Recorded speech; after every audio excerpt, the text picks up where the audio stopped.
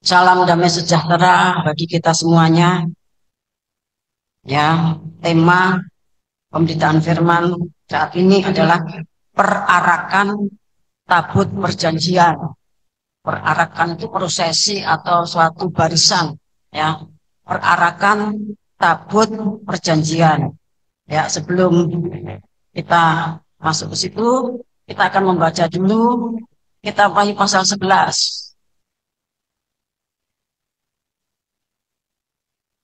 Kita baca kitab Wahyu pasal 11 ayat yang kelima. Dan jikalau ada orang yang hendak menyakiti mereka, keluarlah api dari mulut mereka, menghanguskan semua musuh mereka. Jadi jikalau ada orang yang hendak menyakiti mereka, maka orang itu harus mati secara itu. Ya, ini dua saksi. Ya, api itu keluar dari mulutnya. Ya, untuk menghanguskan semua musuhnya. Ya, itu tentang dua saksi. Kemudian kita baca Wahyu 13 ayat 13.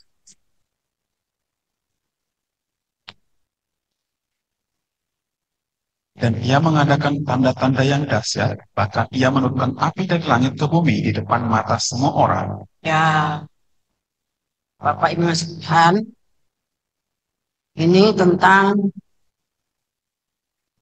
binatang yang keluar dari dalam bumi. Ya, dia bertanduk sama seperti domba.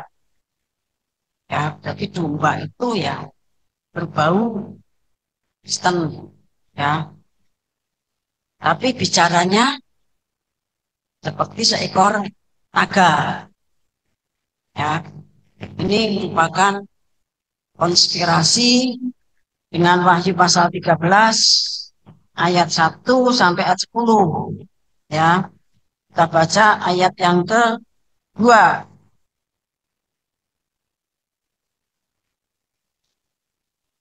Wahyu pasal 13 ayat 2. Binatang yang kulihat itu serupa dengan macan tutul, dan kakinya seperti kaki beruang, dan mulutnya seperti mulut singa. Dan naga itu memberikan kepadanya kekuatannya, dan tahtanya, dan kekuasaannya yang besar. Ya, terima kasih Bapak Ibu yang dikasih Tuhan. Kalau hal tersebut bukan mimpinya pada Ibu Sundang. Romo sudah tekankan mimpi itu makrifat paling dasar. Ya, itu bicaranya Tuhan. Ya, Yusuf itu bahkan pertamanya Fir'aun. Ya, pertamanya Yusuf ketika masih kecil. Ya, dia bermimpi sampai 2 kali. Dan dari mimpinya itu membawa dia kepada proses. Dan ketika dia pada puncaknya proses, Fir'aun bermimpi. Ya, bermimpi tentang lembu yang kurus dan gemuk, kemudian gandum yang kurus dan gemuk, ya, dan itu menjadi kenyataan terjadi di Mesir. Fir'aun itu orang ke-1, Yusuf itu orang kedua, tetapi lebih berkuasa. Zaman sekarang begitu dia perdana menteri, ya. Fir'aun itu cuma simbolnya, yang membedakan cuma tahtanya. Bapak kasih Tuhan, Nebukadnezar juga bermimpi, ya. Banyak para nabi, ya, bahkan juga rasul, mereka itu menerima makrifat dimulai dari dasar dan akhirnya berkembang seperti Rasul Paulus itu sampai ke Rogo Sukmo, ya, bahkan pergi ke surga. Bapak yang ngasih Tuhan, kalau itu dipertunjukkan berarti waktunya itu memang sudah sangat dekat, ya, waktunya itu sudah sangat dekat. Bapak yang kasih Tuhan, waktunya sudah sangat dekat. Apa yang ditulis di dalam Wahyu 13 ayat 13 itu juga yang ditulis oleh Rasul Paulus kepada jemaat Tesalonika. Nanti antikris dan nabi palsu itu sangat dahsyat, disertai dengan segala mujizat, dengan segala tanda-tanda ajaib, dengan segala kejahatan-kejahatan yang membuat orang itu menjadi heran dan akhirnya terseret ya arusnya. Bapak yang kasih Tuhan. Kita baca 2 Tesalonika pasal 2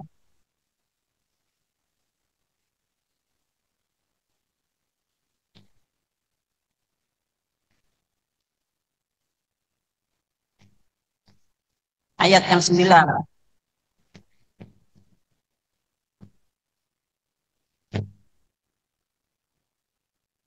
2 Tesalonika 2 ayat 9 sampai yang terakhir ayat 12. Kedatangan si penuraka itu adalah pekerjaan iblis dan akan disertai rupa-rupa perbuatan ajaib, tanda-tanda, dan mujizat-mujizat palsu. Dan rupa-rupa tipu daya jahat terhadap orang-orang yang harus binasa karena mereka tidak menerima dan mengasihi kebenaran yang dapat menyelamatkan mereka. Dan itulah sebabnya Allah mendatangkan kesesatan atas mereka yang menyebabkan mereka percaya akan dusta, supaya dihukum semua orang yang tidak percaya akan kebenaran dan yang suka kejahatan. Ya, semua orang yang tidak percaya kepada kebenaran itu, dan dikatakan akulah jalan kebenaran dan hidup. Tapi orang yang tidak percaya kepada Tuhan Yesus dan yang suka kejahatan, Bapak yang Tuhan, kalau ayat 10 dikatakan karena mereka tidak menerima dan mengasihi kebenaran. Kalau tidak menerima itu ya berarti tidak percaya. Kalau tidak mengasihi itu artinya dia menerima tetapi tidak mengasihi. Artinya apa? Tidak mau pikul salib dan tidak mau menanggung 9 penderitaan salib. Karena salib dan 9 penderitaan salib itu merupakan pusaka. Ya, pusaka untuk imamat rajani. Pusakanya Ratu Miras Imam. Ya, itu suku Lewi tidak mendapatkan pusaka. Ya, ketika pembagian warisan oleh Yosua, pusakanya itu Tuhan. Nah, kita yang hidup pada akhir zaman, pusaka kita itu salib dan 9 penderitaan salib. Nah, kalau mereka ya menerima tetapi tidak mengasihi kebenaran, artinya tidak mau pikul salib dan tidak mau menanggung 9 penderitaan salib, itu nanti katakan yang terseret arus ya dari antikris dan nabi palsu.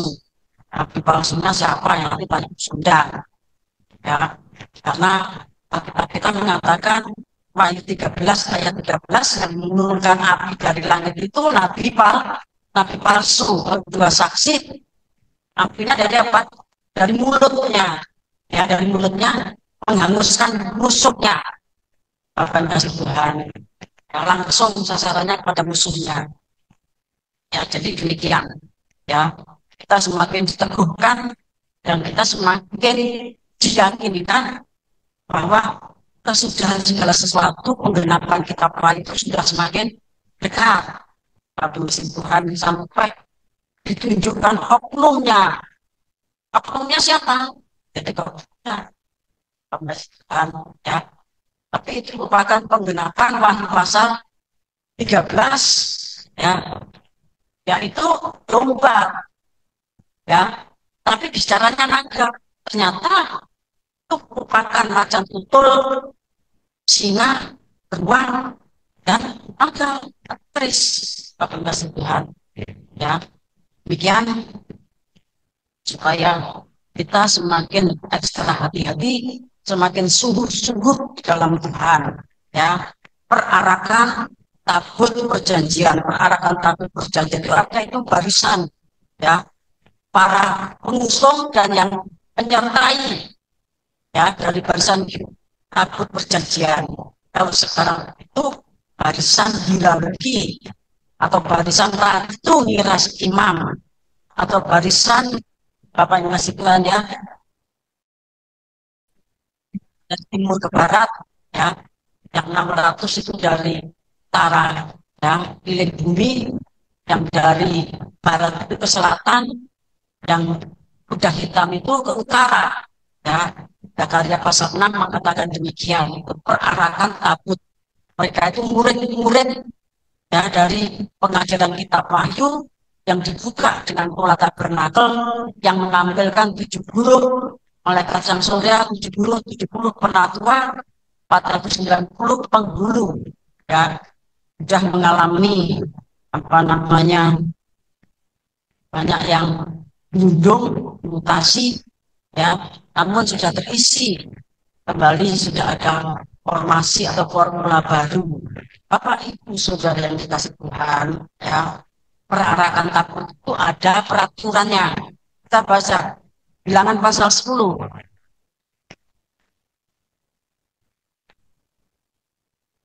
Bilangan pasal 10 ayat 33 sampai 36.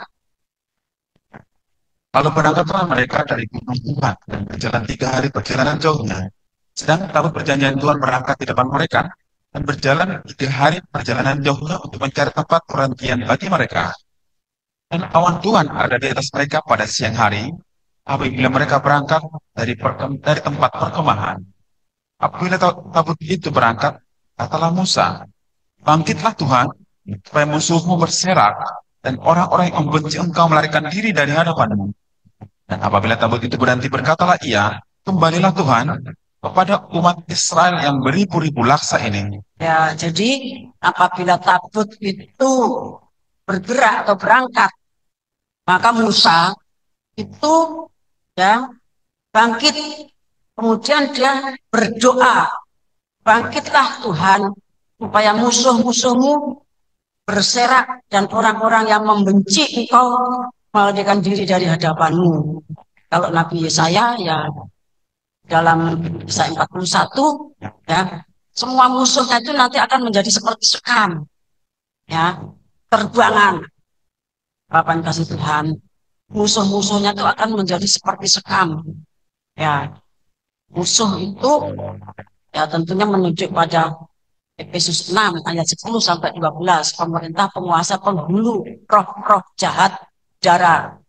Kemarin dijelaskan, ya, di dalam kitab itu yang dimaksud pemerintah itu adalah malaikat yang jatuh, posisinya tinggi, ya. Tapi kalau penguasa, penghulu, dan roh-roh jahat udara itu adalah orang-orang, ya, yang mati kesasar, roh-roh gentayangan. Seperti contohnya, ya, yang tertinggi, ya, dari 7 penguasa itu kan Nyai Roro Kidul, ya, itu kan ada sejarahnya, ya. Dia tuh manusia yang mengalami satu penderitaan, fitnah dan kekejian, ya, kemudian dia, apa namanya, lari pantai, kemudian mendengarkan suara, dan dia nyemplung. Nah, Bapak yang kasih Tuhan, demikian juga penguasa yang pertama sampai yang ke-6 itu seperti itu. Mereka tuh manusia-manusia yang mendengarkan suaranya iblis. Ya, demikian juga para penghulu roh-roh jahat udara. Bapak yang kasih Tuhan, itu asalnya dari manusia-manusia yang, apa namanya, kesasar. Ya, Bapak Ibu yang kasih Tuhan. Jadi demikian, ya. Tadi dikatakan tabut itu berjalan lebih dahulu 3 hari. Bapak yang kasih Tuhan, 3 hari, ya. Kemudian baru umat. Jadi jarak, ya, ada jarak yang sangat jauh. Bapak Ibu yang kasih Tuhan, kita akan baca lebih lanjut, ya. Yosua pasal 3 ayat 3 sampai 6. Dan memberi perintah kepada bangsa itu, katanya, bila sudah kamu melihat tabut perjanjian Tuhan Allahmu yang diangkat para imam yang memang suku Lewi, maka kamu harus juga berangkat dari tempatmu dan mengikutinya. Hanya antara kamu dan tabut itu harus ada jarak kira-kira 2000 hasta panjangnya. Janganlah mendekatinya. Maksudnya supaya kamu mengetahui jalan yang harus kamu tempuh. Sebab jalan itu belum pernah kamu lalui dahulu. Katalah Yosua kepada bangsa itu, kuduskanlah dirimu. Sebab besok Tuhan akan melakukan perbuatan yang ajaib di antara kamu. Ya, jadi kalau zamannya Yosua, ya, waktu mau nyebrang Yordan, ya, kan memberikan peraturan yang disampaikan pada Yosua, Yosua kepada seluruh Israel. Antara tabut dengan umat itu ada jarak 2000 hasta. 2000 hasta itu sama dengan 900 meter. Ya, tabutnya di depan, kurang lebih sekilo kurang ya, itu baru umat. Karena apa? Tabut itu akan mencari jalan, ya. Karena jalan yang dilewati itu belum pernah diinjak oleh kakinya orang Israel. Ya kalau Abraham, Ishak, Yakub, 12 suku kan ya memang dulu tinggalnya di Kanaan. Tapi setelah 400 tahun kan anak cucunya itu kan belum pernah tahu Kanaan. Ya, diutus 12 pengintai, mereka menceritakan, yang 10 menceritakan perkataan yang busuk yang membuat mereka putar 40 tahun. Tapi masih Tuhan, lahirlah generasi baru yang jumlahnya 600.000 lebih. Sementara yang 600.000 dikurangi 2, Yosua dan Kaleb mati bergelimpangan di padang gurun.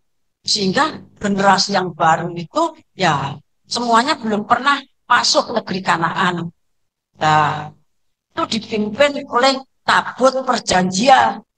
Itulah sebabnya dalam nubuatan itu para nabi, para rasul, dan Tuhan Yesus Kristus sendiri mengatakan bahwa perjalanan kita dari timur ke barat itu akan melewati ya jalan yang tidak pernah diinjak oleh manusia. Dia di depan, emang digani. Dia adalah tiang api dan tiang awan. Nanti akan menunjukkan kamu harus ke kota ini, kamu harus ke kota ini, kamu harus ke kota ini, kamu harus ke kota ini untuk melakukan panen raya sisa goyim. Ya, untuk melakukan panen raya sisa goyim. Seperti Roma pasal 11 itu, katakan kasih Tuhan ayat 25 dan seterusnya itu. Nanti yang menunjukkan Tuhan, kamu ke, ke negara ini, kamu ke negara ini, ke negara ini. Sementara Tuhan sebagai tiang api dan tiang awan itu sudah menyibakkan musuh. Bapak yang kasih Tuhan, ya, sudah menyibakkan musuh. Jalan itu aman, sekalipun aman, Bapak Ibu yang kasih Tuhan, yang namanya pemerintah, penguasa, pembuluh roh jadi udara itu sakti mondro gunung. Bahkan Israel itu kesaktiannya itu sangat dahsyat. Kesaktian dalam apa? Dalam hal sihir. Sampai Wahyu 9 ayat 21, ya sangkakala yang ke-6 itu masih mampu menahan ya hukuman sangkakala seperti yang dinubuatkan di dalam Yesaya 28 dan 29 itu. Sekalipun hukuman murka Allah itu mendera, orang Israel itu tidak terasa karena dia dilindungi oleh bohong. Ya, perlindungannya itu bohong. Ya, bohong Papa, membohong itu iblis. Lah baru nanti ketika Tuhan datang, semuanya terbuka. Barulah orang Israel yang tersisa itu percaya. Jadi dari orang Israel itu pun, ya, Tuhan katakan nanti ada yang masuk masa antikris. Ada yang tidak mau dimeterai. Bapak kasihkan masuk masa antikris. Ya, ya kita ke Amerika. Jadi perjalanan tabut itu begitu dahsyat. Ya, itu dahsyat. Tuhan sendiri mandigani, Tuhan sendiri memimpin sebagai tiang api dan tiang awan. Allah yang maha dahsyat, Tuhan Yesus Kristus. Dia yang merindukan kekasih masa mudanya, ya, sendirinya memimpin kegerakan itu dengan kedahsyatannya. Bapak Ibu yang dikasih Tuhan, itu perarakan tabut perjanjian, ya. Nah, sekarang kita akan melihat peraturannya itu seperti apa, ya. Kita baca 2 Samuel pasal 6.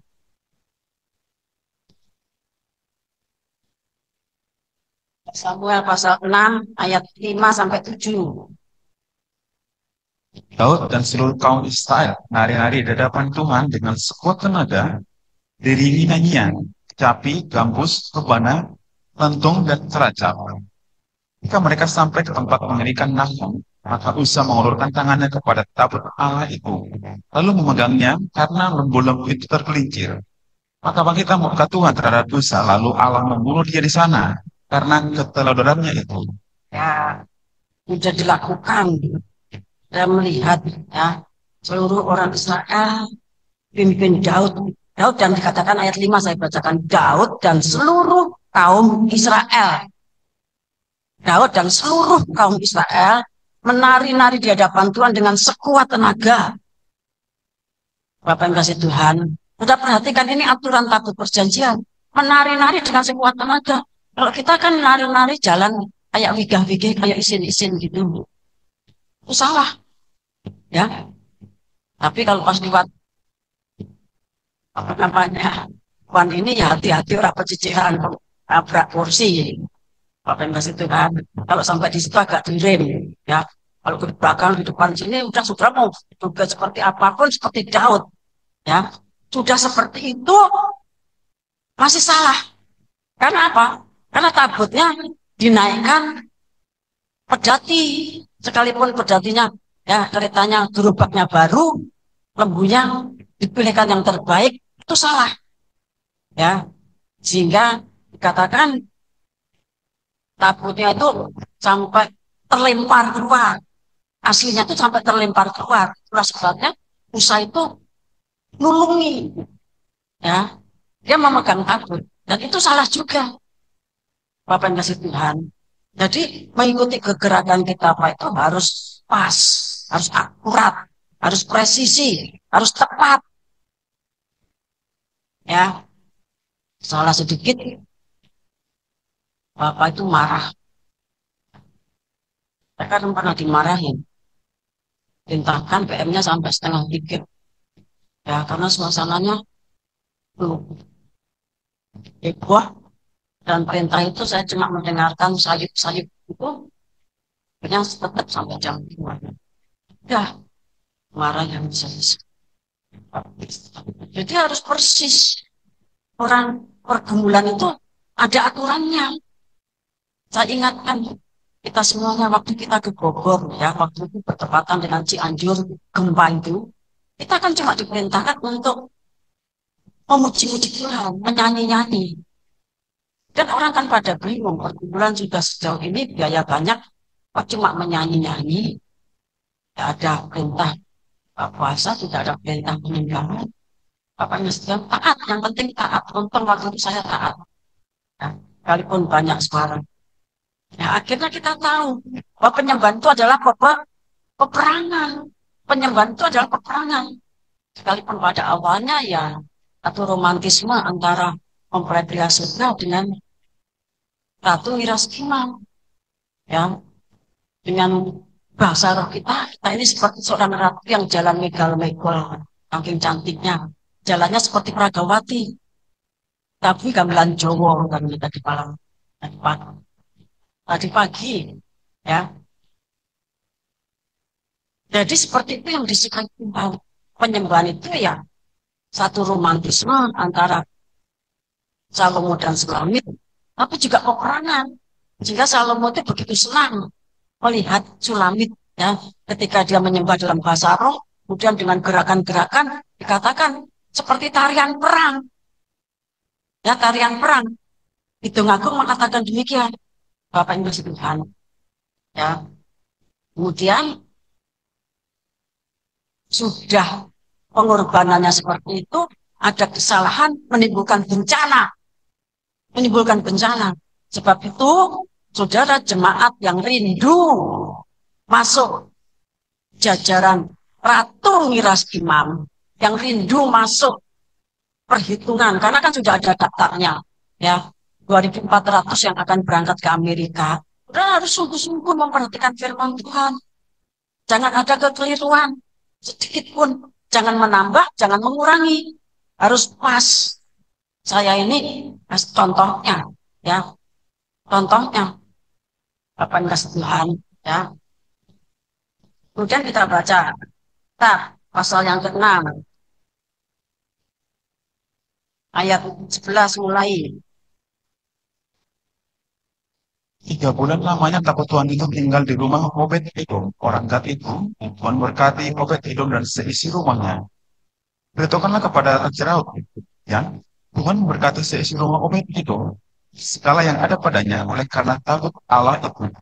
Lalu Daud pergi mengangkut tabut Allah itu dari rumah Obed Edom ke kota Daud dengan sukacita. Bila pengangkat-pengangkat tabut Tuhan itu melangkah maju 6 langkah, maka ia mengorbankan seekor lembu dan seekor anak lembu gemukkan. Dan Daud menari-nari di hadapan Tuhan dengan sekuat tenaga. Ia berbaju efod dari kain lenan. Daud dan seluruh orang Israel mengangkut tabut Tuhan itu dengan diiringi sorak dan bunyi sangkakala. Ketika tabut Tuhan itu masuk ke kota Daud, maka Mikal, anak perempuan Saul, menjenguk dari jendela, lalu melihat Raja Daud meloncat-loncat, serta menari-nari di hadapan Tuhan. Sebab itu ia memandang rendah Daud dalam hatinya. Lalu Tuhan itu dibawa masuk, lalu diletakkan di tempatnya, dalam kemah yang dibentangkan Daud untuk itu. Kemudian Daud mempersembahkan korban bakaran dan korban keselamatan di hadapan Tuhan. Ayat 23 langsung. 23. Mikal binti Saul tidak mendapat anak sampai hari matinya. Ya, karena dia memandang rendah. Jika Raja Daud itu menari-nari sambil meloncat. Bukan cuma gerak jalan kayak wong baris itu. Bukan. Harapan kasih Tuhan. Tapi menari-nari. Ya, sambil meloncat-loncat. Bapak yang kasih Tuhan. Itu raja loh. Ya. Dan orang yang memandang rendah itu istrinya. Mikal itu anaknya Raja Saul. Ya, anaknya Raja Saul. Itu menjadi upah untuk Daud maju dalam peperangan. Upahnya itu kasih anaknya. Bapak yang kasih Tuhan. Dia memandang rendah, memandang, alah, rojo kok kaya ngono, menari-nari, melompat-lompat, pakaian kebesarnya dilepas, dia cuma pakai pakaian lenan. Pakaian lenan itu kan pakaian putih, ya. Itu rendah, dicampur dengan budak-budak perempuan, para dayang-dayang, ya, Bapak kasih Tuhan. Dan akibatnya apa? Sampai mati, tidak buah, tidak punya anak. Dan itu bukan sekedar menari-nari, tapi meloncat. Tadi dikatakan demikian, Bapak yang kasih Tuhan. Ya, oleh sebab itu, ya karena kita baru mulai hari ini, ya sementara berapa hari yang lalu ketika kita menari-nari, ya Bapak Pander ini tidak ikut karena sedang kepusingan. Ya toh, kepusingan sampai tadi katanya dia tuh kepalanya apa? Diikat. Karena sedang jadi duduk. Ya toh, kan nggak bisa ketawa. Kan jadi duduk itu ya seperti itu. Ya, dulu kita punya banyak duduk itu sering kepusingan. Ya, nah, Bapak Ibu saudara dikasih Tuhan. Ya, jadi kalau saudara nanti untuk selanjutnya kemudian memimpin, lagunya begitu pas aku gerakan untuk awal atau tengah atau akhir. Tapi untuk bisa menari-menari itu kan lagunya harus pas, ya. Bila roh Allah ada menari seperti Daud, ya seperti lagu-lagunya sekolah minggu itu tidak apa-apa. Tapi ya sing untuk apa namanya untuk dewasa lagi besar, ya. Jadi lagunya harus dipilih, ya. Kalau lagunya itu jujur banget gitu ya, menari itu ya sulit kayak uang baris nanti. Nah, jadi perlu bergumul karena ini baru pertama ya tidak apa-apa, ya. Dan karena Pak Waner baru sembuh dari pusingannya, ya sedang bersuka cita, ya. Bapak Ibu sudah dikasih Tuhan. Kalau ada teman kita bersuka cita kan kita juga ikut bersuka. Kalau teman kita kepusingan kita bantu dalam ya apa itu yang dikasih Tuhan. Jadi Daud itu menarinya dengan sekuat tenaga, bukan cuma jalan kayak apa namanya, ya seperti orang jalan antri sembako itu kan jalannya pelan-pelan, ya toh pelan-pelan itu joget di situ orang antri seperti itu, ya toh. Nah, jadi menari-nari dengan sekuat tenaga sambil melompat-lompat. Tentunya kalau di sini sudah melompat orang pecicilan. Terlalu pecicilan, kenapa? Kursi.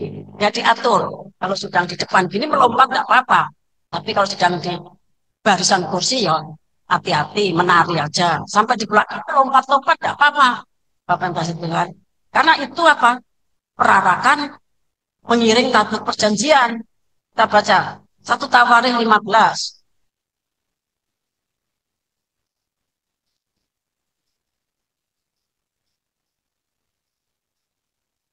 ayat 25 sampai 29. Maka Daud dan para tua-tua Israel dan para pemimpin pasukan 1.000 pergi untuk mengangkut tabut perjanjian Tuhan itu dari rumah Obed Edom dengan sukacita. Dan oleh karena Allah menolong orang Lewi yang mengangkat tabut perjanjian Tuhan itu, maka dipersembahkanlah 7 ekor jantan dan 7 ekor domba jantan. Daud memakai jubah dari kain lenan halus. Terus segala orang Lewi yang mengangkat tabut itu dan para penyanyi dan penanya yang mengepalai pengangkutan dan para penyanyi. Daud juga memakai baju efod dari kain lenan. Seluruh orang Israel mengangkut tabut perjanjian Tuhan itu dengan diiringi sorak dan bunyi sangkakala, nafiri dan ceracap, sambil memperdengarkan permainan gambus dan tikapi. Jika tabut perjanjian Tuhan itu sampai ke kota Daud, maka Mikal anak perempuan Saul menjenguk dari jendela, lalu melihat Raja Daud melompat-lompat dan menari-nari. Sebab itu yang memandang rendah Daud dalam hatinya. Ya, Mikal itu memandang rendah Daud, tapi di batin ya. Ya, tadi sudah saya jelaskan. Ya, jadi saudara, kalau sudah pengen mengiring perjalanan tabut, ya apa yang dilakukan Daud ini harus kita lakukan dengan penuh sukacita, dengan hati yang ikhlas, dengan satu penyembahan kepada Tuhan, bukan gawe ke, alah, oh, foto kok sakit dadak koyong ini, ya, ngapain sekarang tuh harus seperti ini, ya, padahal nggak tahu, Raja Daud tuh marah, karuan, suaranya kayak sinar Yuda, ya toh, sampai dikatakan gereja lain itu loh. Kita kan dilihat dari surga, ibadah kita semuanya itu dilihat dari surga. Bisa memuji Tuhan, menari-nari, melompat-lompat dengan sukacita. Di sini yang ada pengajaran takut malah nggak bisa, ya, nggak bisa. Tapi kasih Tuhan, nggak bisa seperti itu. Jika kita diajarin harus begini, begini, begini dan sebagainya. Saudara, style itu videonya, ya. Bagaimana Raja Daud marah sekali sama kita, ya. Jadi kan cuma menari, melompat. Tapi karena tempat kita sempit, ya saudara lihat-lihat orang yang lompat. Kemudian kita baca 1 Tawarikh pasal 16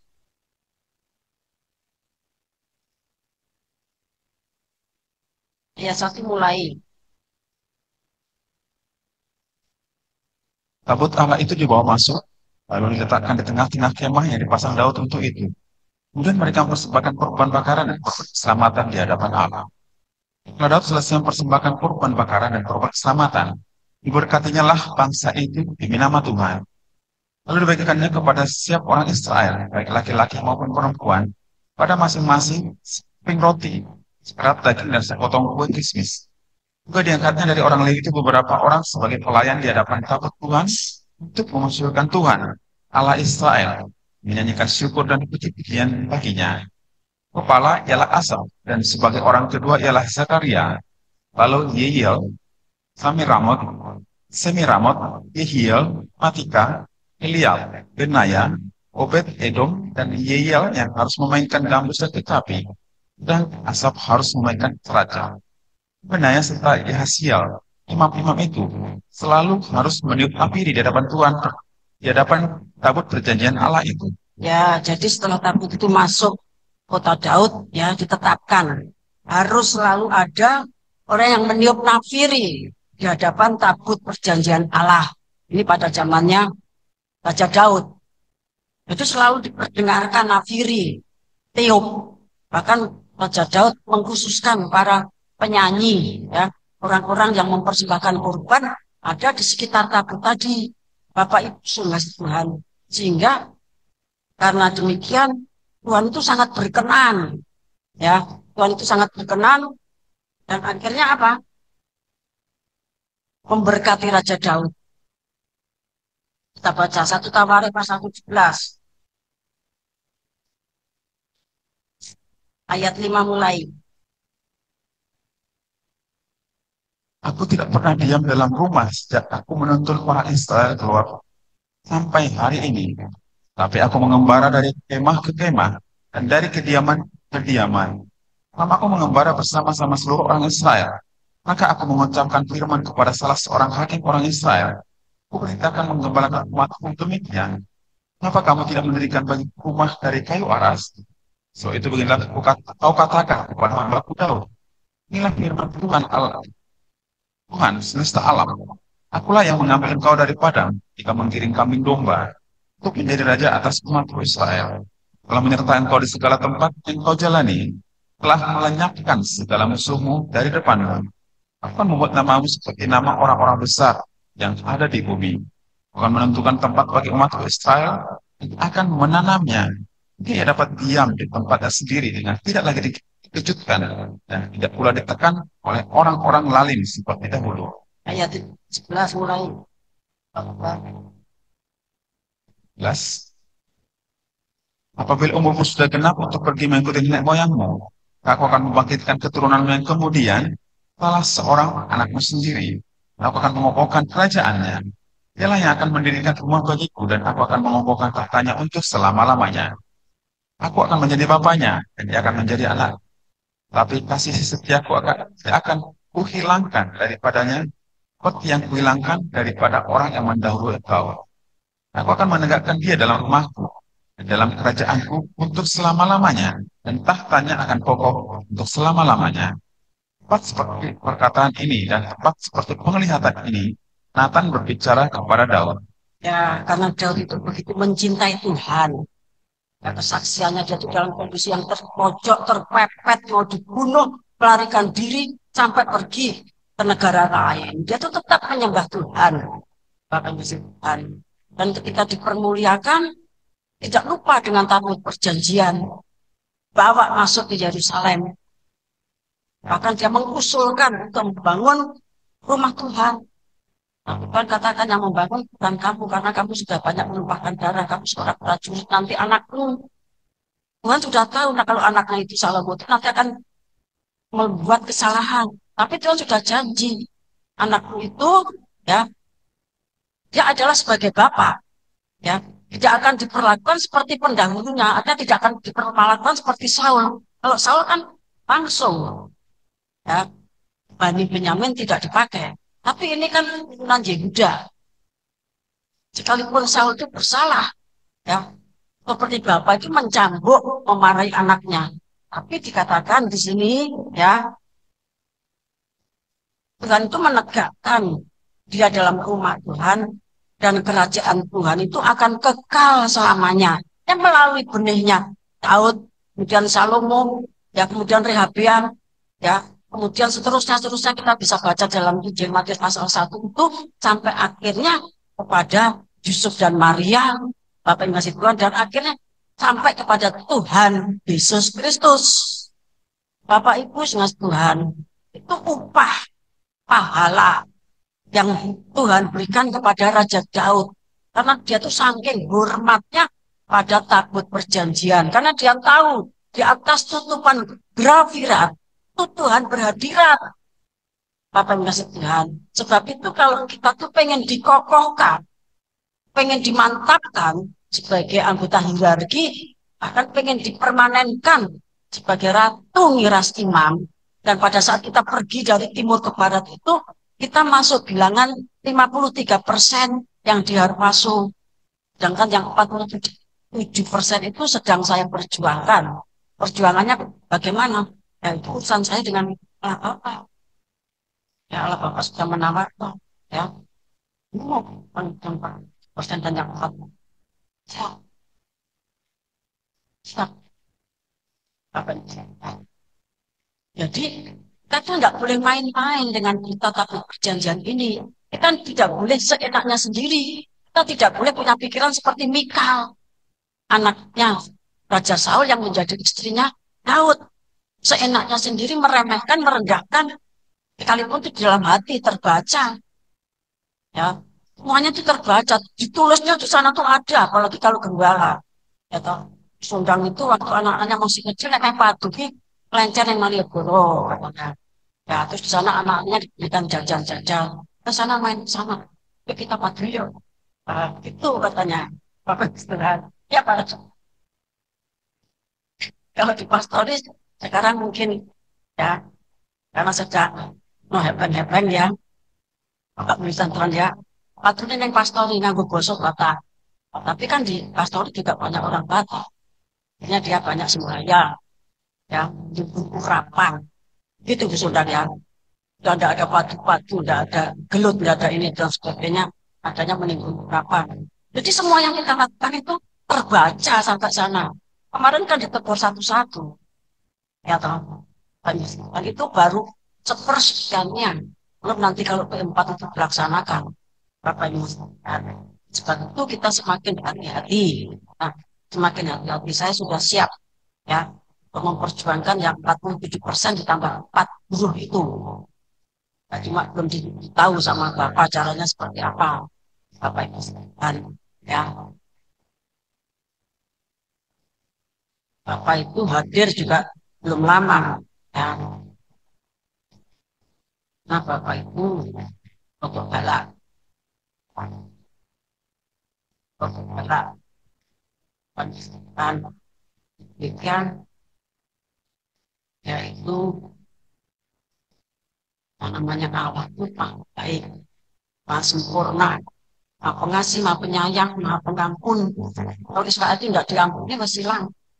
Nah, seperti orang-orang pada zaman ulangan itu kan banyak yang sudah hilang. Seperti orang Kanaan itu.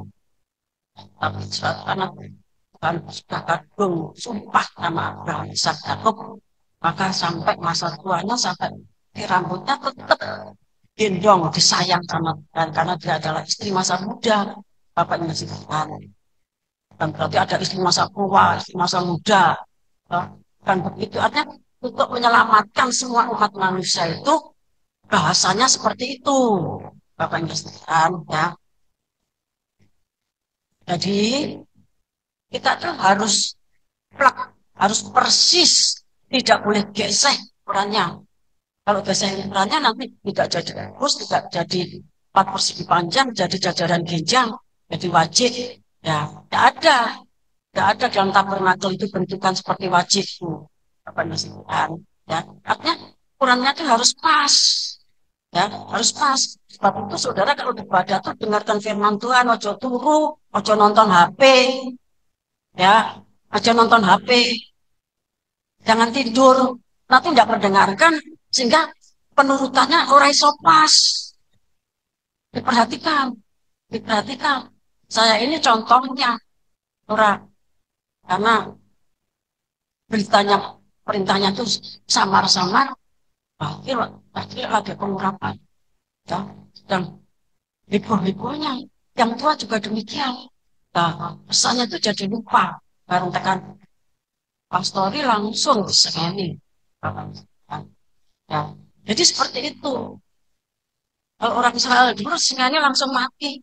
Kayak keradatan Abraham itu. Ya, seperti 600.000 tentara itu selama 40 tahun habis mayatnya bergelimpangan. Tapi karena kita ini ya goyim, kepanjangnya anak ciri-ciri liar. Ya, liar itu artinya orang manut aturan. Tapi kan sudah diluruskan sama melalui PM ya 150 hari. Sepagi 151. Bapak saudara yang kasih supaya kita paham semakin hati-hati dan ekstra hati-hati. Nah itu bisa terjadi, bisa terwujud kalau kita terus-menerus pengen harapan kita itu ditingkatkan, penuhkan. Kalau PM tidak boleh tidur. Kalau sudah niatnya tidur, orang susah PM. Tadi pagi dikatakan demikian. Karena orang yang PM tidur itu sama dengan jalannya itu mengkurap. Ya, bejananya itu mengkurap. Mengkurap itu artinya mulutnya menghadap ke bawah. Sininya kan ya betah, labar-labar di lantai. Gak ada gunanya.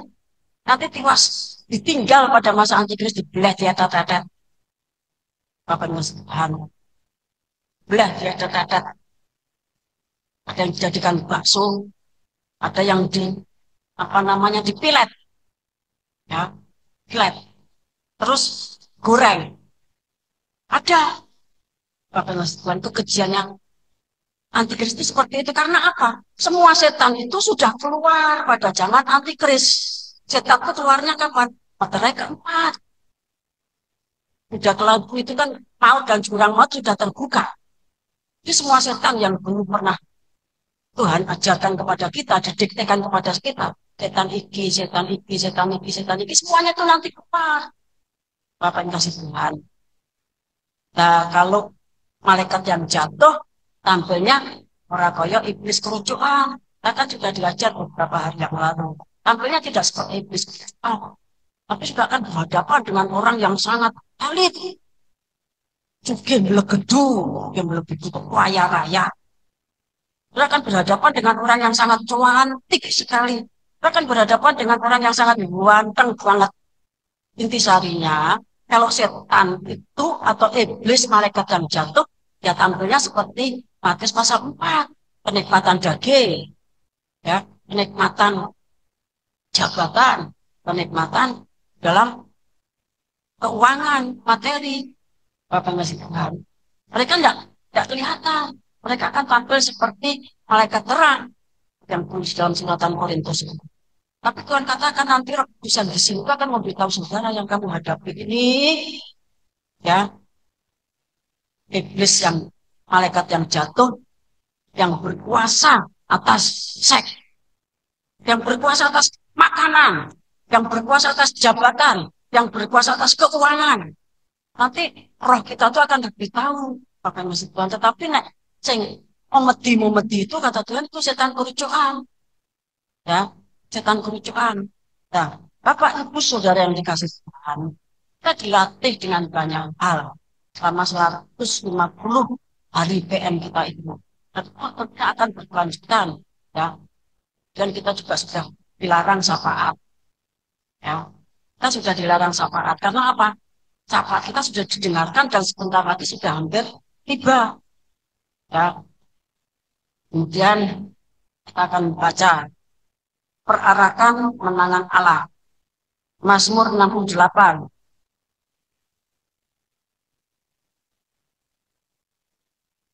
Mazmur 68 ayat 11. Tuhan menyampaikan sabda, orang-orang yang membawa kabar baik itu merupakan tentara yang besar. Ya, jadi orang yang memberitakan Injil, yang membawa kabar baik itu merupakan tentara yang besar.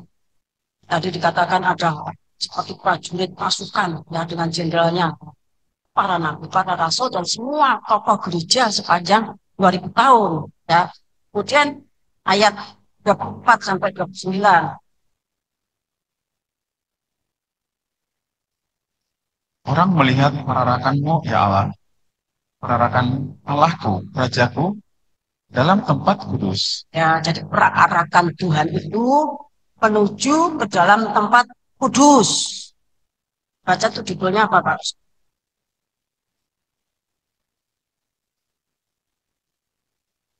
Perarakan kemenangan Allah. Ya, ini barisan kemenangan Allah. Perarakan kemenangan Allah.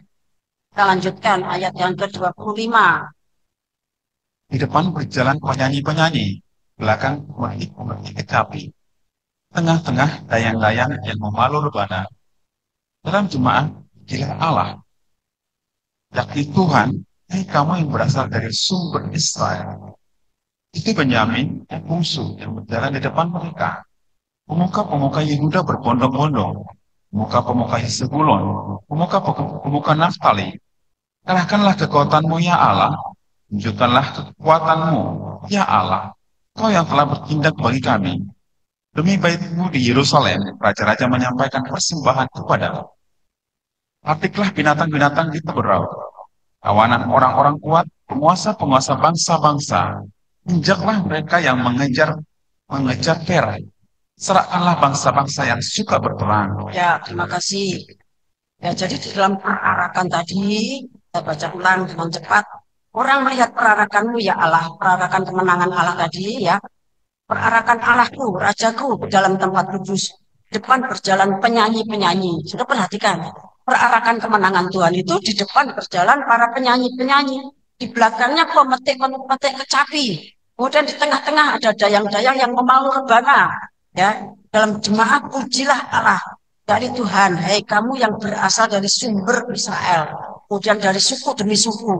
Jadi Bapak Ibu yang dikasih Tuhan, puji-pujian, tari-tarian, melompat-lompat itu merupakan barisan dalam perarakan kemenangan Allah untuk menuju dalam rumah Tuhan. Rumah Tuhan itu artinya ya tabernakel kerajaan surga. Bapak Ibu yang dikasih Tuhan. Sementara di depannya itu ada dengan jarak 900 meter itu orang yang memikul tabut perjanjian. Bapak yang dikasih Tuhan. Orang yang memikul tabut perjanjian. Jadi perarakan dari tabut perjanjian itu selalu disertai dengan musik-musik ya. Kemudian disertai dengan nyanyian, pujian, menari-nari dan melompat. Karena Tuhan itu bertahta di atas pujiannya orang Israel. Bapak yang kasih Tuhan, kalau pujian kita melempem, ya tentunya Tuhan tidak berhadirat. Jadi pelatih, kalau kita sedang menyembah tapi dalam nada peperangan, oh kalau ini tuh sedang memukul-mukul, kalau ini tuh sedang menombak, kalau ini tuh sedang melancarkan serangan-serangan peperangan, itu semuanya dijelaskan. Bapak yang kasih Tuhan, ya bisa tak punya ya, sehingga Bapak Ibu jelas Tuhan kita ngerti persis. Ya, dulu kita memang sudah belajar, tapi kan memang masih pelajaran dasar hikmat marifat. Ya. Yang dipentingkan pada waktu itu ya direkrutnya hierarki, kemudian diberikannya kunci-kunci marifat sampai kepada kunci mesabo. Bapak Ibu kasih Tuhan. Ya. Dan kita dilatih fokus sendiri hampir 2 tahun, dilatih berperang, kita pergi ke sana, pergi ke sini, ya masing-masing dengan spesialisasinya. Raja Daud dengan yang dia mahir, yang sampai karena kemahirannya itu dia dipercaya membangun bait Allah, bahkan kerajaannya kekal sampai kepada kerajaannya Tuhan Yesus Kristus, ya Bapak Ibu Tuhan, ya. Jadi saya anjurkan lagi saudara tidak boleh malu, tidak boleh berperasaan yang aneh-aneh, yang neko-neko, merendahkan Bapak Ibu Tuhan, kemudian menilai, oh hari ini kok ngono, sedang berlatih. Saya kan tidak pernah megal-megal ya baru kapan itu, atau sekarang saya tidak mau, potongan itu tidak apa-apa, sampai nanti bisa melompat, tapi naik melompat ya betina cepet, sudah tua. Ya, ya tadi pakai sepatu yang biasanya itu naik cepet ya. Ya, hanya pakai sepatu yang apa namanya lebih enak, lebih ringan. Apa yang disebutkan ya. Kita akan baca Kidung Agung pasal 3 ayat yang ke-6 mulai. Iring-iringan mempelai, apakah itu yang menghubung dari badan gunung seperti gumpalan-gumpalan asap bersaput dengan harum mulut dan tubuhnya dan bau segala macam serbuk wangi dari pedagang? Lihat, itulah Joli Salomo, dikelilingi oleh 60 pahlawan dari antara pahlawan-pahlawan Israel. Itu membawa pedang, terlatih dalam perang, masing-masing dengan pedang pada pinggang, karena kedahsyatan malam.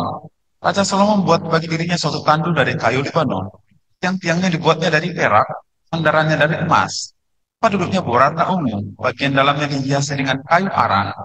Hei putri-putri Yerusalem dan Hei putri-putri Yerusalem, putri-putri Sion, keluarlah dan tengoklah Raja Salomo dengan mahkota yang dikenakan kepadanya oleh ibunya pada hari pernikahannya, pada hari kesukaan hatinya. Ya, jadi perarakan kemenangan Tuhan itu ya kalau di dalam Kidung Agung itu iring-iringan mempelai. Bapak yang kasih Tuhan. Kalau kita ini mempelai atau pengantin perempuan mempelai anak domba, bahasa Jawanya ratu miras imam, maka iring-iringan kita perarakan kemenangan kita itu ya seperti yang dilakukan Raja Daud, seperti yang dilakukan Salomo, ya. Ketika Salomo itu menikah, dia kan harus pergi ke Mesir, ya, yang muncul dari padang gurun, ya. sambil menyembah, ada bau mur, ada kemenyan, bau segala macam serbuk wangi, Tuhan. Kemudian tampak jolinya Salomo, dia ditandu. Kemudian semua yang menyertai itu membawa pedang, terlatih dalam peperangan, masing-masing dengan pedang pada pinggang karena kedahsyatan malam, kedahsyatan perjalanan ya, dari Yerusalem menuju ke Mesir. Bapak yang kasih Tuhan. Ya, pernikahannya kan dia dapat Sulami, ya punya Fir'aun. Bapak yang kasih Tuhan. Ya, punya Fir'aun. Ya, karena anak semua yang katakan kepada kita ini. Bapak orang tahu sudah di sana tuh orang Mesir, karena semuanya sudah kami menceritakan dirinya itu apa yang tidak dituliskan Alkitab itu satu kemuliaan untuk menjadi contoh bagi kita. Kalau kita kan masih di bumi darah daging itu kan masih senang menyembunyikan sesuatu, aib, usaha, kesalahan, ya. Tapi kalau sudah di sana itu terbuka, karena semuanya sudah diperdamaikan. Jadi kita ini iring-iringan mempelai. Kita dari timur mempelai Goyim, ya, tidak memeteraikan mempelai Israel. Dan perarakan kita itu adalah perarakan kemenangan, iring-iringan mempelai. Maka semuanya itu terlatih di dalam peperangan. Semuanya harus membawa senjata. Senjata itu adalah iman, harap dan kasih. Bapak masih dalam zamannya Abraham, senjatanya iman. Kita harap dan kasih, ya. Dan yang terbesar itu kasih. Kita keluarga itu harus membangun kasih, ya. Satu antara satu dengan lainnya membangun kasih itu senjata kita dalam mengikuti iring-iringan mempelai. Bapak kasih Tuhan. Karena kita akan berjalan di tengah-tengah kedahsyatan malam. Artinya apa? Di tengah-tengah dunia yang sedang dipamungkas. Mana setan itu segala jenisnya, setan kerucuan sampai setan pemimpin itu keluar. Kedahsyatan malam. Itulah sebabnya Tuhan itu membawa kita melalui jalan yang belum diinjak oleh kakinya manusia. Ya, melalui tempat yang tersembunyi. Caranya seperti apa? Yang tidak tahu nanti dilihat aja. Tentunya pangreksa rajut aling badumayu itu sangat dominan. Itu harus dihafalkan. Karena itu sama dengan ya kunci Mazmur 91. Pangreksa rajut aling badumayu. Ada pangreksa, ada rajut, ada aling. Bapak yang kasih Tuhan. Ya. Itu yang terjadi pada zamannya Raja Salomo. Beda dengan yang terjadi pada zamannya Raja Daud. Bapak yang kasih Tuhan. Ya. Kalau di sini lebih fokus kepada mempelai. Kalau Daud fokus kepada tabut perjanjian. Ya, karena jalannya di padang gurun, ya. Yang penting itu bukan menari-menari dan loncat-loncat, tapi peperangan.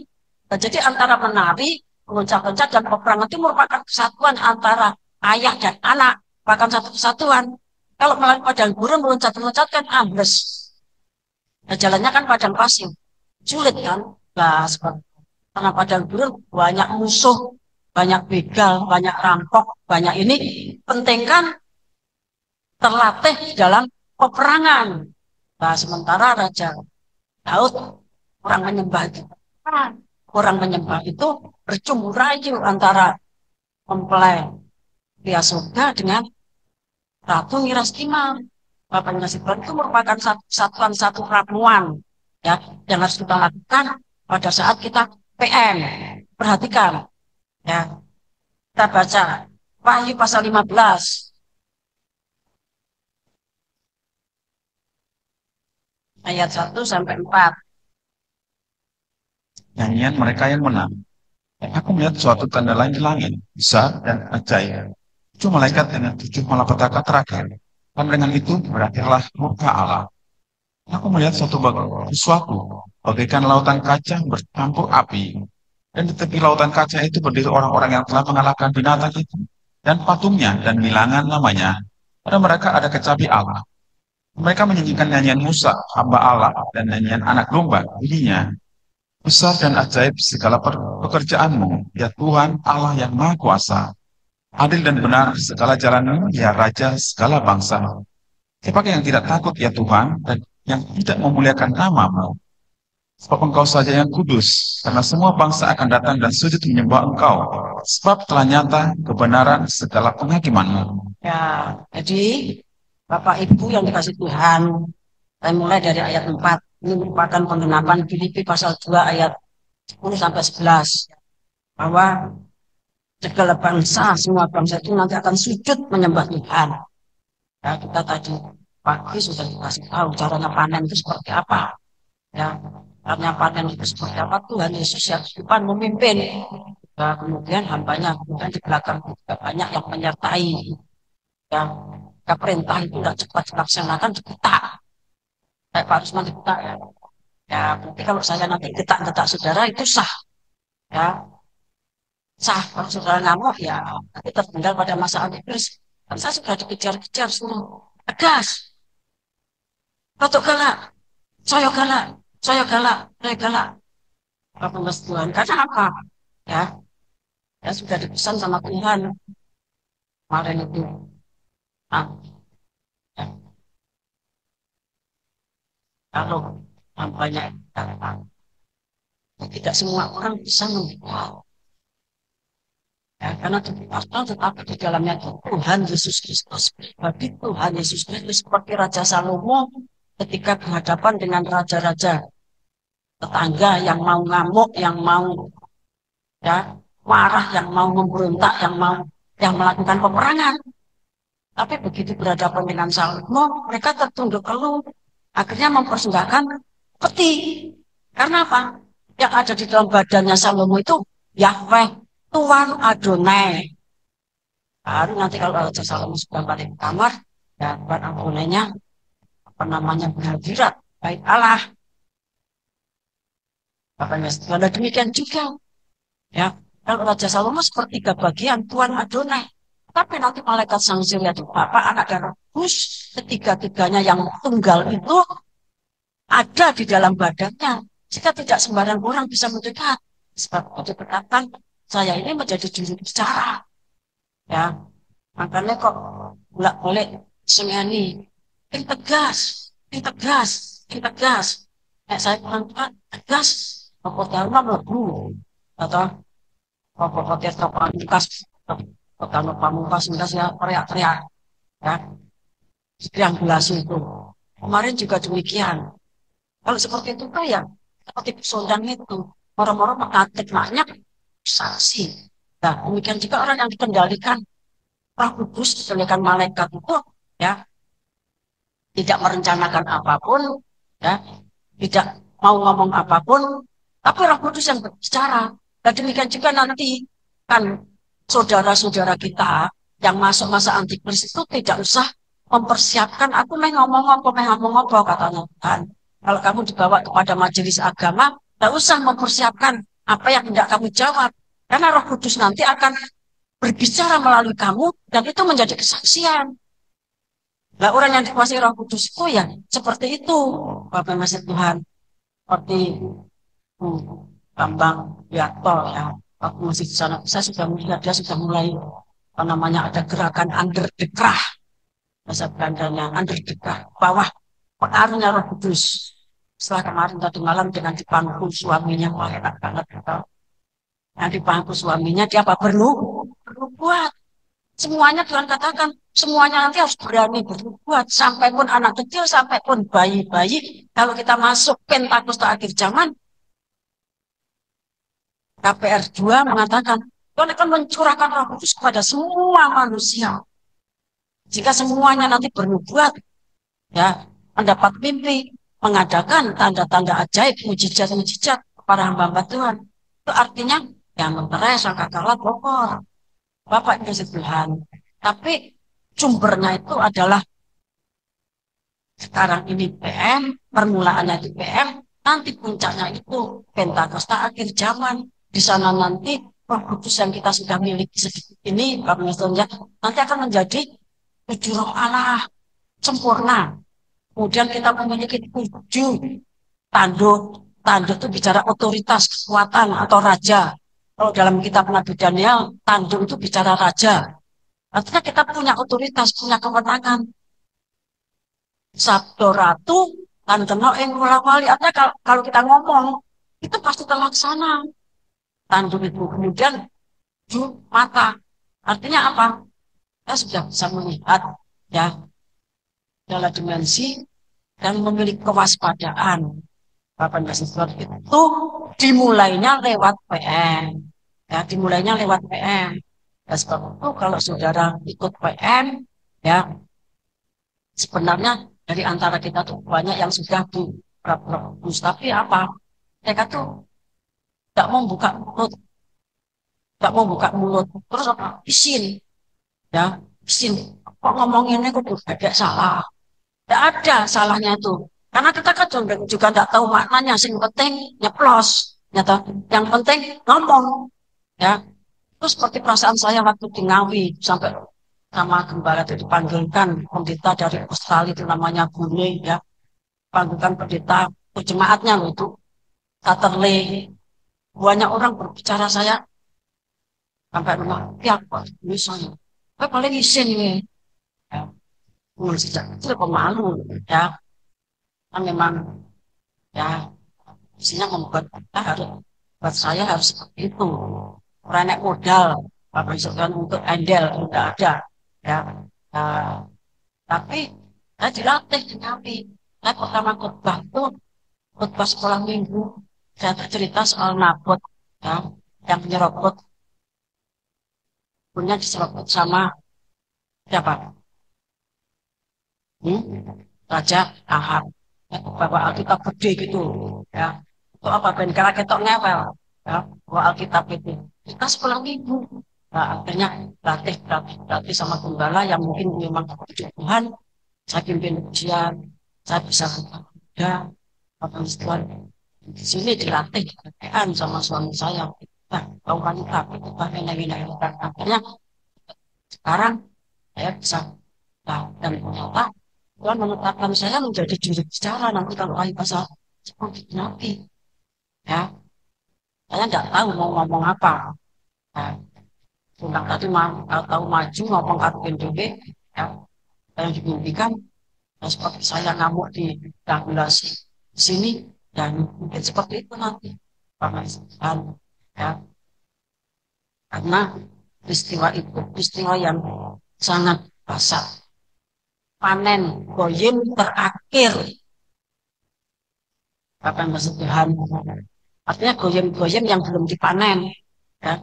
Panen goyim terakhir dan pemeteraian Israel pekerjaan yang maha dasar tidak bisa dikerjakan oleh manusia darah daging yang masih penuh dengan iri dengki Bapak yang maksud Tuhan Yohanes 3 ayat 31 mengatakan demikian bahwa tubuh astral yang sudah tidak punya keinginan daging sama sekali. Roh kudusnya 7, tanduknya 7, matanya 7.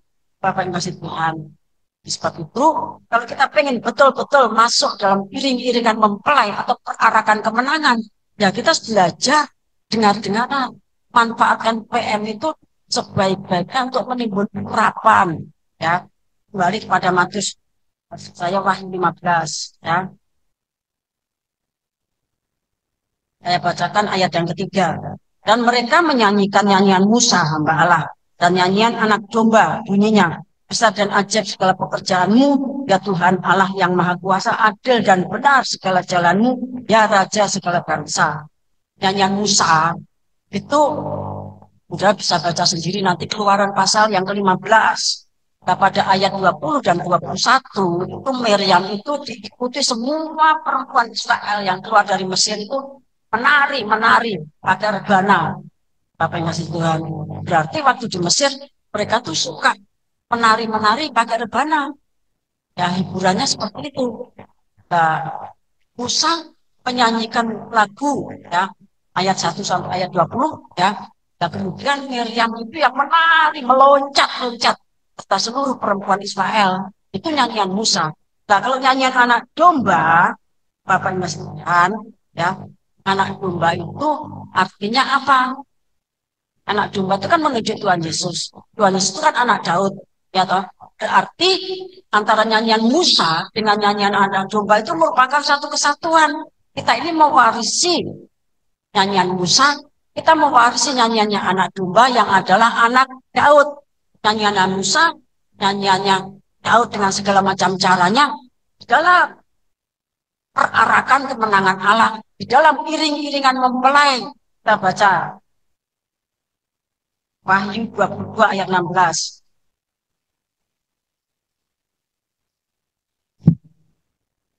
Yesus telah mengutus malaikat untuk memberi kesaksian tentang semuanya ini kepadamu bagi jemaat-jemaat. Adalah tunas, yaitu keturunan Daud, bintang timur yang gilang gemilang. Ya, aku Yesus telah mengutus malaikatku untuk memberi kesaksian tentang semuanya ini kepadamu bagi jemaat-jemaat. Aku adalah tunas, yaitu keturunan Daud, bintang timur yang gilang gemilang. Jadi kalau dikatakan nyanyian anak domba, itu berarti nyanyiannya Tuhan Yesus. Nyanyian Tuhan Yesus itu dia anak Daud. Berarti Bapak Ibu yang kasih Tuhan, ya, kita mengikuti apa yang diajarkan Raja Daud. Karena dia itu singa Yehuda. Ya, dia itu singa Yehuda. Dan Daud itu punya keturunan namanya Yesus. Dia itu raja segala raja. Dia itu Allah yang maha kekal, maha sempurna. Itu loh upahnya Daud yang taat. Sekalipun dia raja, tidak malu-malu, tidak merasa rendah untuk menyanyi, menari, lompat-lompat. Sampai dihina oleh istrinya yang namanya Mikal. Yang Mikalnya malah kualat. Ya, mandul sampai mati. Nah, sebab itu, saudara yang ingin masuk perarakan kemenangan Allah, yang ingin masuk iring-iringan mempelai, ya saudara harus punya nyanyian Musa, yang di dalamnya itu yang menari-nari itu Miriam, ya, ayat 20-21, tadi ikuti semua perempuan membawa rebana. Nah, Daud, Bapak Masjid Tuhan yang punya anak, Tuhan Yesus anak domba, itu mengajarkan bagaimana kita di dalam mengiringi perarakan kemenangan Allah, ya, iring-iringan mempelai. Caranya ya seperti itu yang diajarkan Bapa, Anak, dan Roh Kudus kepada Musa dan Miriam, yang diajarkan kepada Daud, yang diajarkan kepada Salomo, yang diajarkan kepada gereja-gereja Tuhan, diajarkan kepada gereja-gereja Tuhan. Nah, kita ini ya baru ajar secara tegas, ya. Dulu setelah kita pulang dari Papua, memang kita punya kebiasaan seperti itu, ya. Namun demikian, kemudian apa namanya, seperti minyak kehabisan minyak, maksudnya lampu kehabisan minyak. Nah, sekarang ini perarakan kemenangan Allah itu semakin dekat, iring-iringan mempelai itu semakin dekat, maka kita mengeterapkan apa yang diajarkan Musa dan Miriam, kita mengeterapkan apa yang diajarkan Daud, Salomo, dan anak Daud, yaitu anak domba, yaitu Tuhan Yesus Kristus. Bapak Ibu Tuhan, kiranya Tuhan Yesus Kristus memberkati kita semuanya, ya. Akan sajian bila roh Allah ada.